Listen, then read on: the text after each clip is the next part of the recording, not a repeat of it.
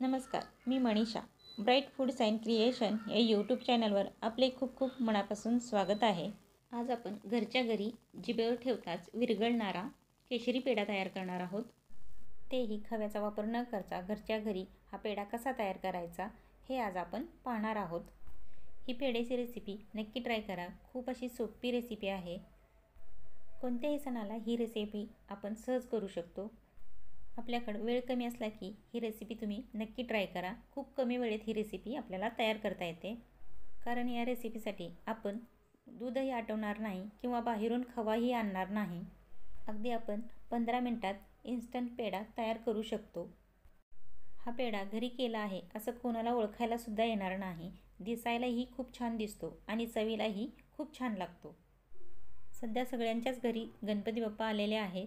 त्यासाठी तुम्ही मोदक तयार करताच, पण मोदक करण्यासाठी जर वेळ नसेल तर तुम्ही ही डिश आपण स्वीट डिश म्हणून तयार करू शकतो. खव्याचा वापर न करता आपण केशरी पेढा म्हणजेच ही रेसिपी तयार करूया. चला तर मग आपण रेसिपीला सुरुवात करूया. सुरुवातीला आधी आपण थोड्याशा दुधामध्ये केशराच्या काड्या भिजत ठेवणार आहोत. त्यासाठी येथे मी गरम दुधामध्ये एक 20 ते 25 केसरच्या काड्या भिजत ठेवणार आहोत. हे 20 मिनिटासाठी आपण भिजत ठेवणार आहोत. हे असं केल्याने पेढ्याला रंग खूप छान येतो.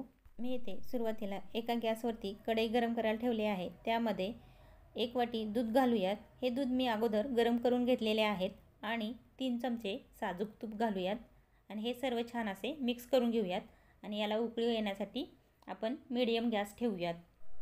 दुधाला छान अशी उकळी आली की गॅस कमी करायचा आणि यामध्ये मिल्क पावडर घालायची. वजनी प्रमाणात हे 200 ग्रॅम मिल्क पावडर आहे. ही छान अशी मिक्स करायची. याच्या गुठळ्या होऊ द्यायच्या नाहीत. जर गुठळ्या झाल्या असतील तर त्या एक सलग हलवून मिक्स करून घ्यायच्या. याच्यात गुठळ्या न होता गॅस कमी करून याला मिक्स करायचे.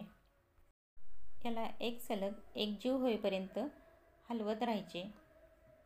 मिल्क पावडर व्यवस्थित मिक्स झाले की यामध्ये आपण भिजत ठेवलेले केशराचे दूध घालूयात.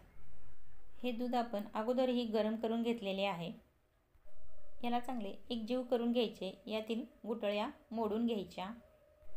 याला चांगले एकजीव करून घ्यायचे आणि मिश्रण व्यवस्थित सारखे सतत हलवत राहायचे. पहा, यामध्ये आता आपण केशरचे दूध घातल्यामुळे थोडेसे मिश्रण आणखी पातळ झालेले आहे. आता हे थोडेसे घटसर होईपर्यंत आपण हे गरम करणार आहोत. गॅस हा कमीच ठेवायचा आणि हे मिश्रण सतत हलवत राहायचे. 2 ते 3 मिनिटानंतर हे मिश्रण थोडेसे घटसर होते. पहा, सर्व मिश्रण एकजीव झालेले आहे आणि थोडेसे घटसर झाले आहे. आता यामध्ये आपण 1 वाटी पिठी साखर घालूयात. यामध्ये पिठी साखरच घालायची म्हणजे ती पटकन विरघळली जाते. जर साखर घातली तर ती व्यवस्थित विरघळली जात नाही. गॅस हा कमीच ठेवायचा. साखर घातल्यानंतरही हे मिश्रण सतत हलवत राहायचे. पिठी साखर मिक्स झाली की पूर्णपणे विरघळलेली आहे. साखर विरघळली की मिश्रण पातळ होते. आता आपण जोपर्यंत मिश्रण घट्ट होत नाही तोपर्यंत मंद आचेवर मिश्रण परतत राहायचे. पहा, पिठी साखर घातले की मिश्रण थोडेसे पातळ झाले आहे आणि आता पुन्हा मिश्रण हे घटसर होताना आपल्याला दिसत आहे. याचा घटसर गोळा होत नाही तोपर्यंत मिश्रण परतत राहायचे. जवळजवळ ह्याला 5 ते 7 मिनिटे लागतात. मिश्रण घट्ट असे जाणवले की गॅस बंद करायचा. पहा, आपले मिश्रण जडसर आणि असे घट्ट जाणवत आहे. त्यामुळे आपण गॅस बंद करूयात आणि हे मिश्रण एका ताटामध्ये थंड होण्यासाठी काढून घेऊयात. हे मिश्रण थंड झाले की आणखी घट्ट होते. पहा, मिश्रण पूर्णपणे थंड झालेले आहे. आता आपण याचे पेढे तयार करूयात. पहा, या मिश्रणातील एक छोटासा गोळा तयार करायचा आणि गोलगोल फिरवायचा आणि थोडासा हातावर चपटा करून घ्यायचा. पहा, आपला पेढा तयार झालेला आहे. पहा, अशाच पद्धतीने आपण सर्व पेढे तयार करणार आहोत. पहा, खूप सोपी रेसिपी आहे. खूप कमी वेळेत हा पेढा मस्त असा तयार होतो.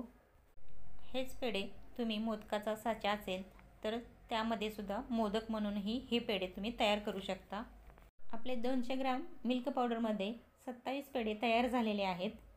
याला थोडेसे गार्निशिंग करून घेऊयात. त्यासाठी याला आपण केशर लावून घेऊयात.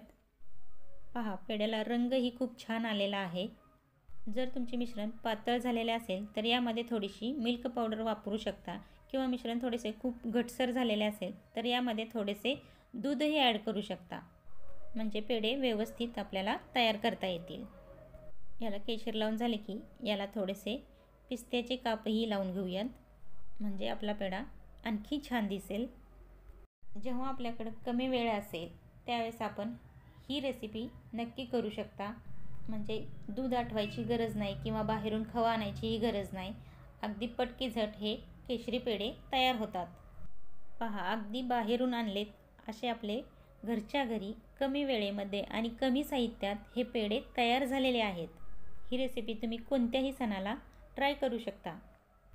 माझा हा आजचा व्हिडिओ कसा वाटला नक्की कमेंट करून सांगायला विसरू नका. व्हिडिओ आवडला असेल तर व्हिडिओला लाईक करा आणि चॅनलला सबस्क्राईब करा.